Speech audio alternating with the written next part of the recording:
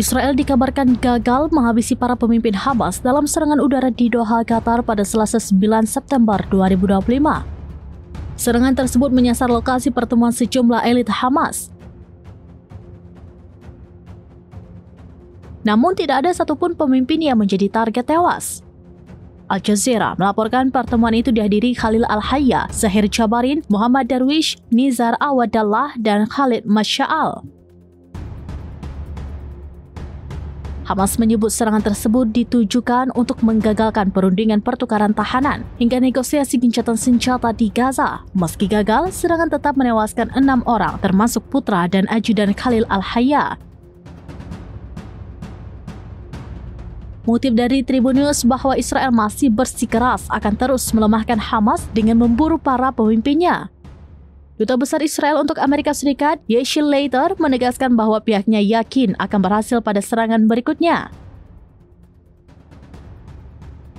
Ia menekankan Israel akan mengejar Hamas dimanapun berada.